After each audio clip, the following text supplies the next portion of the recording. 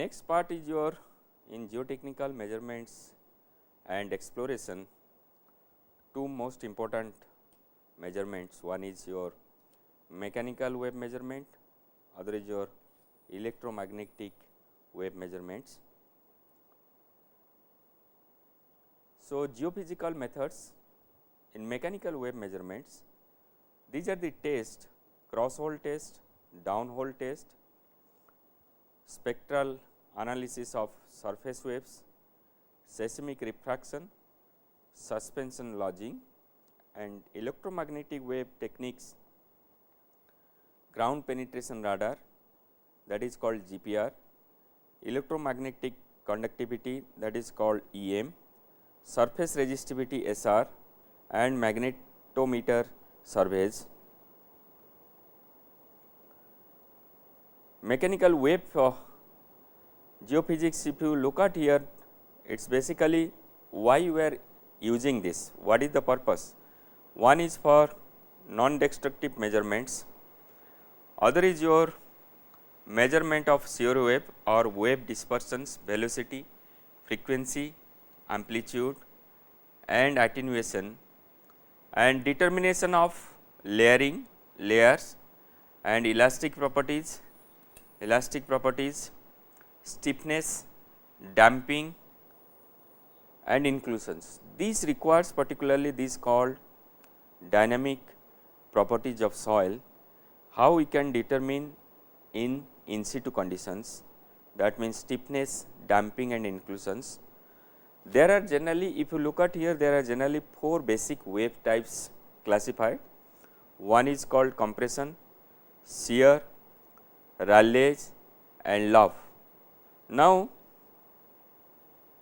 in compressional it is called P wave, it is a fastest wave to generate, and shear it is called S wave, this is second fastest.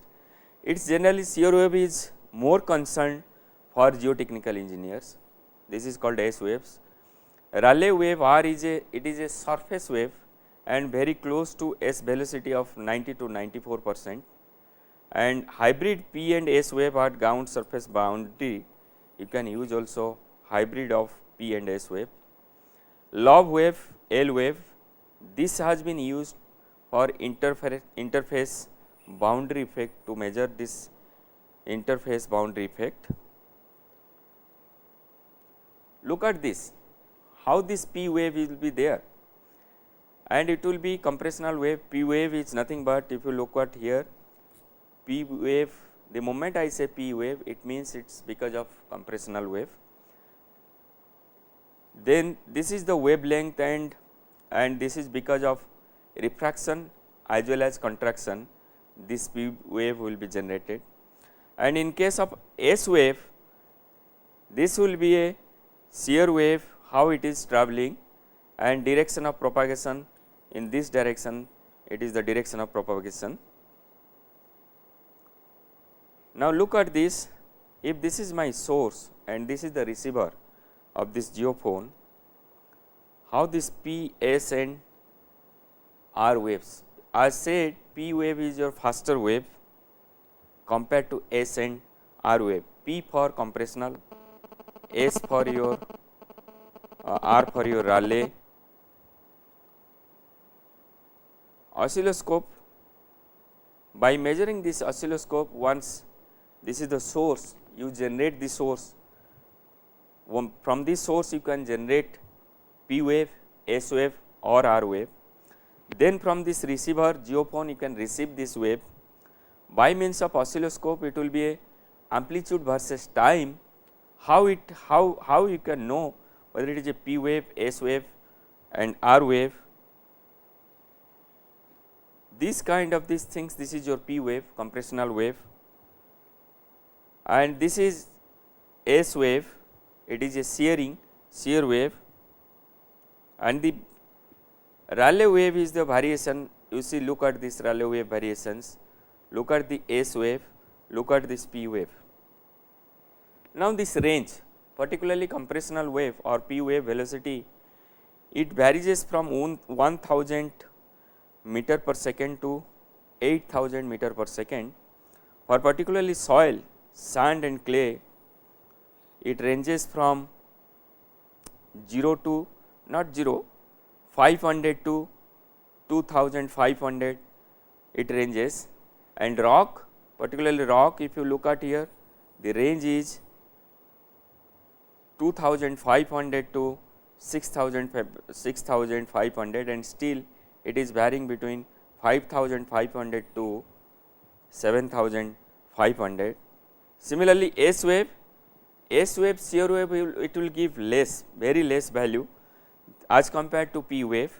The range is for sand and clay, it is varying between 0 to 1000 or maybe 700, you can say that 700 meter per second. What are the different equipments used to measure this? One is your seismograph, then spectrum analyzer, portable analyzer, and last one is your velocity recorder. Let us start with this seismic refraction. It has already been explained. It is as per this ASTM D5777. I am showing this by means of animation, how the oscilloscope reads, how the reading in the oscilloscope, how you are getting it. Look at here. This is oscilloscope, this is your source, these are all your geophones or receivers. Now, from the source you can start with this P wave or S wave. By then next step, if I go, yes, vertical geophones, this is your source plate. Now, see, it generates the source, how it starts and how it has been received. In oscilloscope, these are the receiver 1, receiver 1, receiver 2, receiver 3, by means of receiver 4, geophone, how much time it takes. By means of oscilloscope you can record. If you look at is +1, +2, T1, T2, T3, T1, T2, T3 and T4, and it has been received time required to receive in the first receiver geophone 1, this is your T1, this is your T2, this is your T3 and this is your T4, and initially it will travel, where it will receive this reflection or reflection, the curve will come like this the moment it receives. So, these are the recording in the oscilloscope, how you are measuring T1, T2, T3 and T4. T1, T2, T3, T4 is your time to receive this wave from in these geophones, that means in these receivers. Then why this seismic refraction has been used? It basically used to determine the depth, that means determine the layer thickness, layer 1 and layer 2. Suppose layer 1 is soil, layer 2 is rock, then you can find it out what is the depth of the layer 1. Now, once again I am showing this animation. Source plate, these are all vertical geophones. Now, hammering has been done, waves has been generated, how it is receiving 2, 3, then 4 by means of reflection and refraction, it will come measured by means of oscilloscope. Then plot this graph, then this is the distance, measure the distance from source, what is your means from this source receiver, what is the distance you measure it.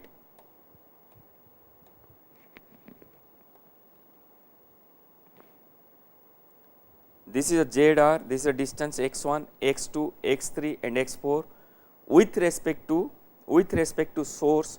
This is a receiver 1, receiver 2, receiver 3, receiver 4. Receiver 1 at distance x1, receiver 2 at distance x2, receiver 3 at distance x3, receiver 4 at distance x4. Now, travel time versus, I explained earlier, travel time versus this distance from the source.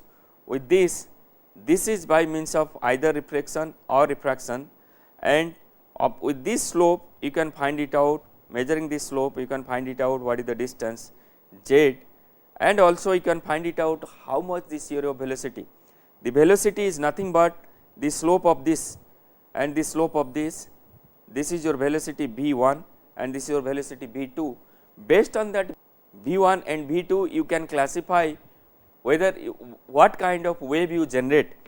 If you generate P wave, that means compressional wave, whatever velocity you are getting from there, from the source you are generating this wave, and receiver you are receiving this wave, and at what time interval, distance by time you can measure the velocity. Once you get the velocity, then you can classify what kind of soil or what is the rock is there. Then also at the same time you can find it out what is the distance, this distance or maybe depth or maybe the thickness of soil or rock. This slope is nothing but your velocity, this slope is nothing but your velocity. In this case particularly, if you look at in this case the wave generate, this hammering has been done in vertical direction. That means the wave generate will be your compressional wave. So you can say that in seismic refraction method, compressional wave has been generated to measure the thickness as well as velocity of the soil profile.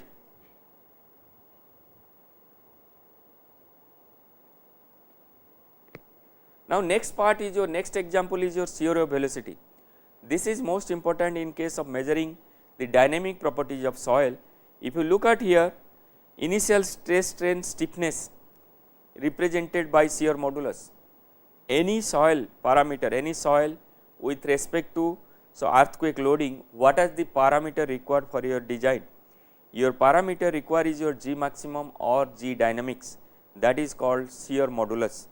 That shear modulus you can get it from this shear wave velocity, you can find it out shear modulus G0. That is your basic input parameter for design of soils with respect to dynamic loading. Then you can also find all static and dynamic problems at small strain rate of less than 10 to the power minus 6, small strain rate, it is useful, particularly the shear wave velocity technique is useful, applicable to both undrained and drained loading cases in geotechnical engineering. If you look at there, it is applicable to both undrained and drained loading. That means during loading there will be a drainage valve will be there, that means there will be a volume change because of a water. During loading there will not be any volume change. In both the cases this shear wave velocity component will give your value of G or G0. In undrained conditions what will happen? So this shear wave velocity has many applications, measuring the shear wave velocity particularly in soil. In undrained condition, as I said, in undrained condition you can predict by, if you know the what is the value of G and G maximum, these are the input parameters for liquefaction analysis or seismic analysis or ground response analysis of soil. Then you can say that whether if there is a liquefaction peak ground oscillation, you can find it out from ground response analysis. G and G maximum is required. Also all static and dynamic problems at small strains, generally soils fails at small strains less than 10 to the power minus 6. So that you can get it also. Also small strain stiffness, this also required parameter. Basically if I conclude what is the use of measuring shear wave velocity, the conclusion says measuring shear wave velocity you can measure dynamic properties of soil, and that can be useful any seismic analysis, any kind of seismic analysis, that is an input parameter. Now look at this. Now these are there are different techniques, as I said there are different techniques you can measure shear wave velocity. One of these cross hole seismic testing equipment. So in this, why this is called cross hole? Cross hole meaning is, that means there are definitely boreholes made side by side, so that at one side your source, other is your receiver. From there you can measure the travel time, based on the distance you can measure your shear wave velocity. Look at this. This is a cross hole testing as per ASTM D4424. This slope inclinometer, by means of this you can put it inside. There are two boreholes, one is your PVC case borehole, this is your PVC case borehole, and this distance from inclinometer, this is your distance, basic distance from inclinometer. So, let it finish.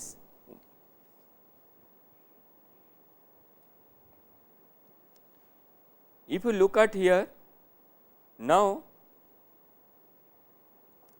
downhole hammer, this is a source, this is a source you can generate shear wave, you can generate this shear wave in the soil. So, once it has been generated shear wave, it will travel and this shear wave will be received.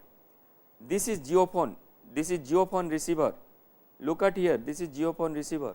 The geophone properties, it will receive this wave, then it will convert, then in this oscilloscope it will convert, you can find it out what is the travel time, the moment it will travel, the moment you receive, this is the difference, you can get it travel time. Then verticality of casing must be established by slope inclinometer to correct distance between delta x with depth x. By means of slope inclinometer, you can measure whether the distance x can be measured or not, and pump with this, a packer has to be arranged. You see this packers, why it has been provided, I can hang the source and the receiver, it cannot hang. The moment you generate, if it is hung, the moment you generate your shear wave, then there is a chance of resonance, or there might be a chance proper wave cannot be generated. Once it has been packed, packed means intact, tight, that means the source with this packer and geophone as a receiver with this packer, it will be intact inside the borehole, there should not be any gap. The moment you generate your source wave or your shear wave, so it will be intact in this borehole, smooth travel of shear wave you can generate. At the same time, if the geophone receiver is intact, similarly the receiver, it can receive this wave properly. Now,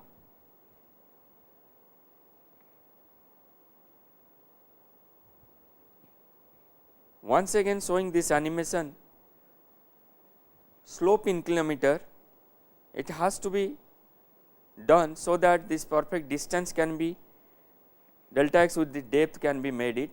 Then downhole hammer, that is your source, then geophone receiver, then these packers. These packers are like this, it is filled up by air or maybe water. What happened? This packers has been inserted outside by pump, this packer should be filled up by air or water. So, slowly by air, once you packer, you fill it up, it will make, so that in this there is some arrangement where you can change the, find it out, the increase in volume change. The volume change will increase at certain distance, it remains constant. So, that means what? The moment it remains constant, that means it is intact, that means it is tight. Then go to the next one. There are two types of shear wave velocity, particularly downhole. One is your cross hole, other is your downhole seismic testing equipment. Downhole technique equipment, if you look at here, let it complete the animation.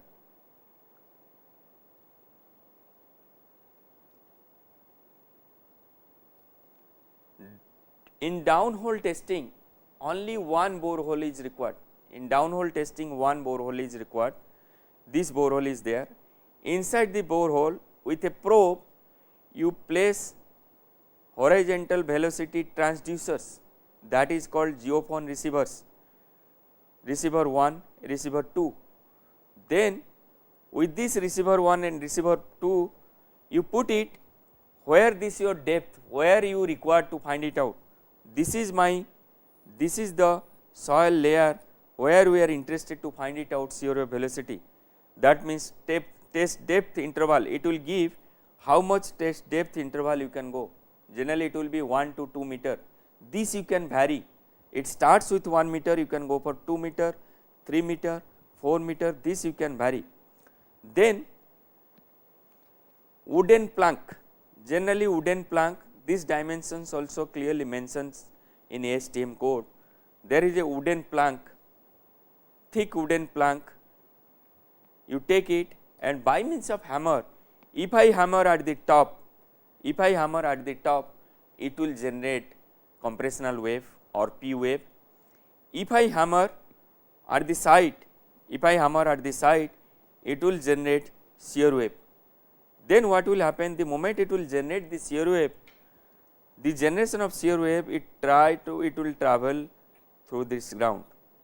Once it travel, it will pass through the soil layer where you are interested to find it out shear wave velocity. Once it passes, then this by means of geophone receiver you can measure this, you can receive this shear wave velocity. Then the distance travel, this is your distance travel. If I put it there, this distance travel, this distance is known and this distance also known to us, this distance you can calculate, the distance travel.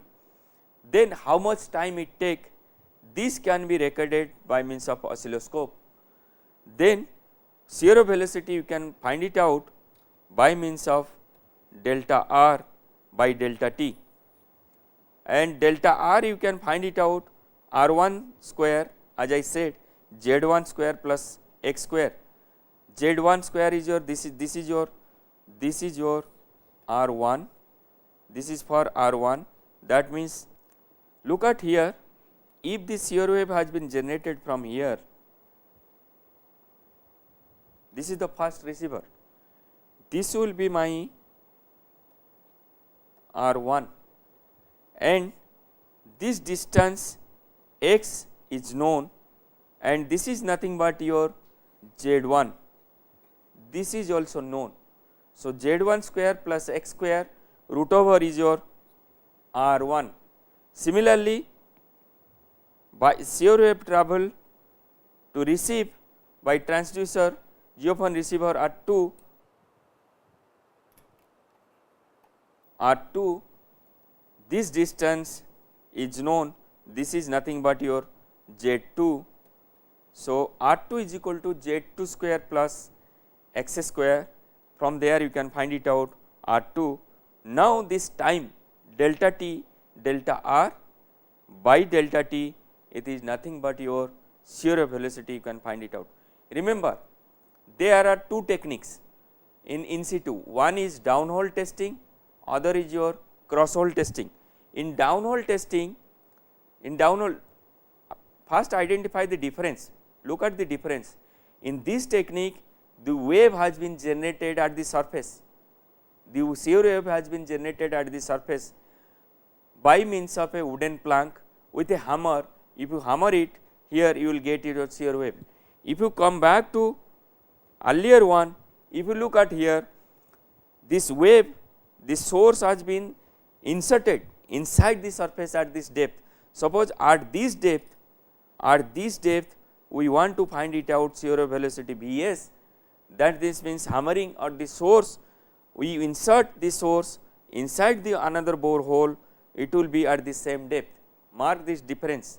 In case of cross hole test, there are two boreholes at a distance x and source, it will be inserted inside the borehole and it will be generated at the same depth of ZD of the distance say Z, at the same depth of the Z you can generate your shear wave velocity.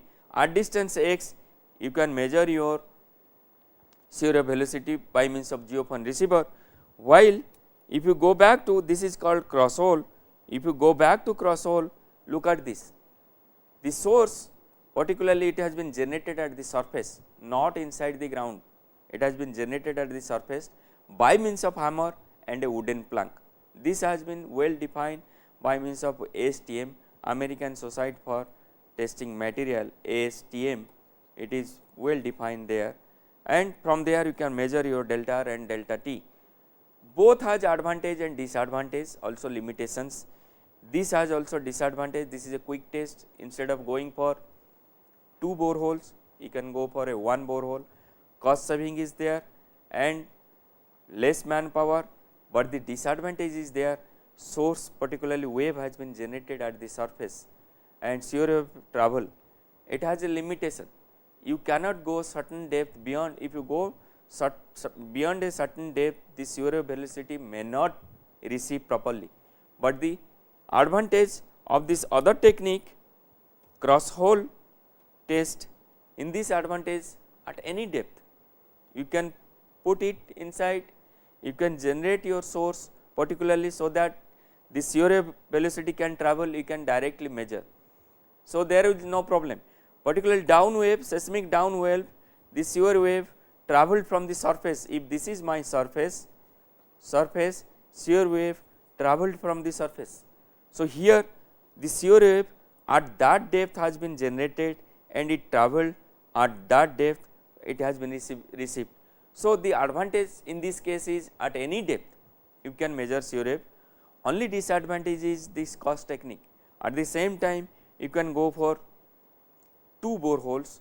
With these 2 boreholes, then you can go for boring and push the casing pipe inside, put the pipe, PVC pipe inside and do this and insert also your source, then generate your shear wave velocity. But despite that, both methods has been widely used depending upon what is the depth. This cost will be definitely higher in cross hole because and as compared to your down hole. Another one is your in situ surface wave analyzer. This has been generated by Rayleigh shear waves. If you look at earlier, that is only shear wave. Earlier one, seismic refraction, that is your compressional wave. Now, if I come back to beginning, I have finished this compressional wave, P wave, and example we have shown that seismic refraction and also shear wave. We have shown that 2 techniques by cross hole as well as down hole. Another one is your Rayleigh wave and this is called surface wave. It started from the surface. This we are going to at the surface, the source by means of oscillometer and the sensors has been put it at different distance and Rayleigh surface wave has been generated from the source, and by means of Rayleigh surface wave, again this is a surface wave. It started with this from layer 1, layer 2, layer 3, layer 4 you can measure this velocities, in situ surface wave velocities. Also based on that you can do the classifications of this soil layer.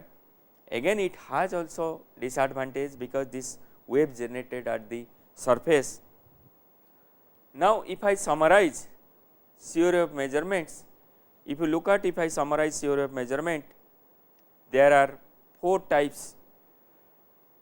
If you look at there, one is your laboratory testing, other is your in situ testing.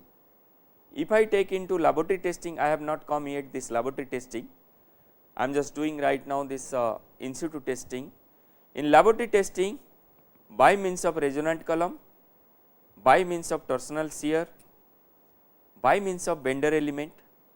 Bender element is nothing but in a triaxial cell you provide the bender element, that means source and receiver with this travel time shear wave velocity you can measure, and by means of triaxial cell, by means of cyclic or dynamic triaxial cell you can measure. These are the techniques where you can measure your shear wave velocity. Once you measure the shear wave velocity, you can find it out G maximum or G0 shear wave velocity with this. From the shear wave velocity you can measure G, which is a input parameter. Shear modulus is an input parameter for seismic analysis. In situ there are one is seismic, one method is, if you look at here, one method is seismic downhole, seismic cone or seismic dynatometer, other is your seismic downhole or seismic crosshole. In case of seismic downhole, as I said, only one downhole, and with the source at the surface you can measure by means of geophone, you can measure zero velocity. In case of crosshole, by means of again source inside the ground surface you can measure zero velocity. Another third one is your by means of Rayleigh wave, spectral analysis of surface wave, this is called SASW. By this method you can generate P and S wave, also you can measure your zero velocity. So, drilling and sampling has been done, undisturbed tube and piston sampling. Once it has been done, then you can go for soil classifications. Once you make the borehole, you can take the drilling and sampling, you can go for a soil, in this case into in situ test, you can go for soil classification, you can find it out what kind of soil. Once drilling has been made, then either you decide what technique you are going to use to measure your zero velocity. This zero wave measurement, basically if I classified into two parts, one is your laboratory testing as well as in situ.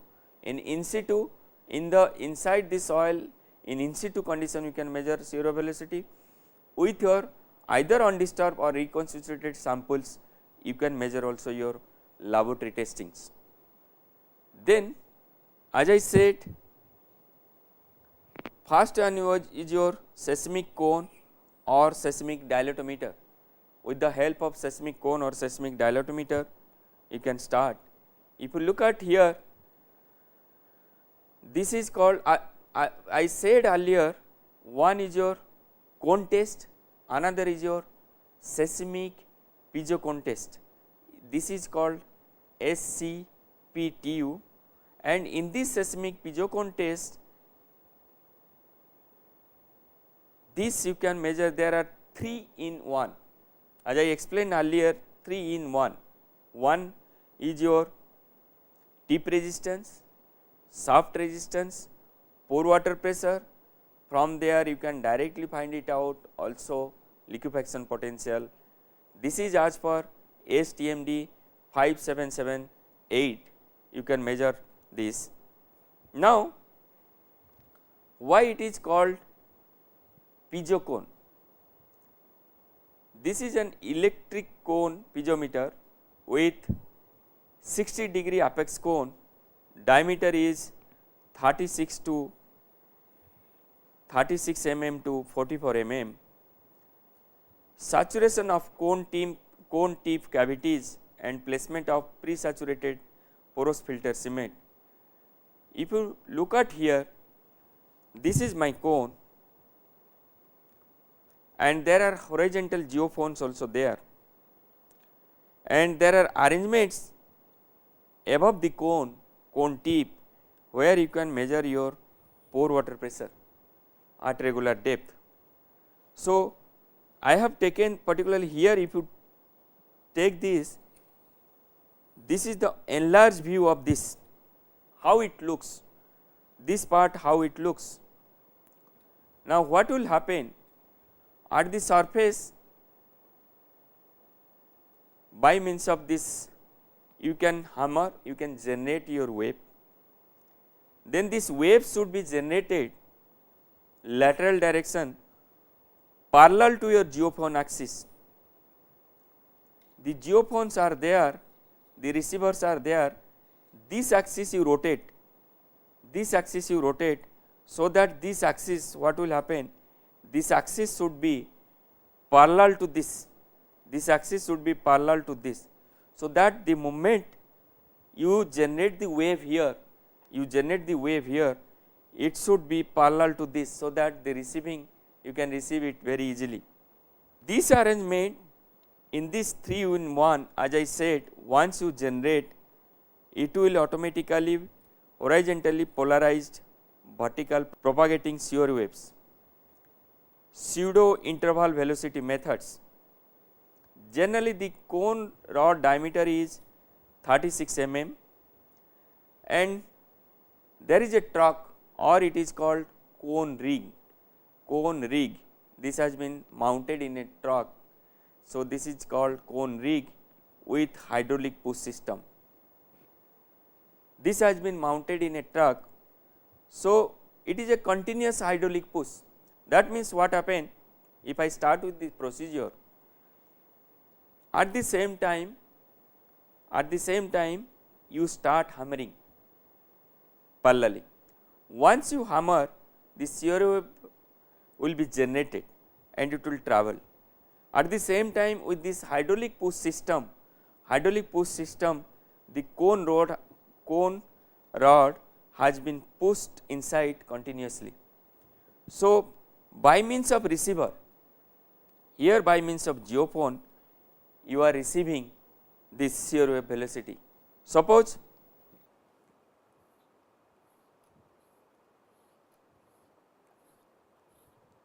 let us say this is a layer of soils, say layer 1, layer 2, layer 3, layer 4, layer 5.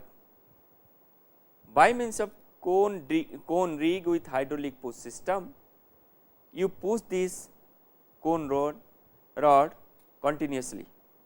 Then once you push this cone rod inside the ground surface, at the same time strike parallel to your geophone axis. Geophone axis make in such a way that it should be parallel to this your source, you strike it. So, once you push it, this part will simultaneously it will record tip resistance, pore water pressure, side resistance, also record your travel shear wave velocity. Once it record your travel shear wave velocity, by means of oscilloscope you can measure your travel time. That means all measurement layer by layer I can do. Once you reach layer 1, strike it, record your all data, then go to layer 2, strike it, record your data, go to layer 3, strike it, strike the source, record your data. It is a continuous phenomenon. That means you will get at the same time continuously cone resistance, pore water pressure as well as your shear wave velocity at each layer.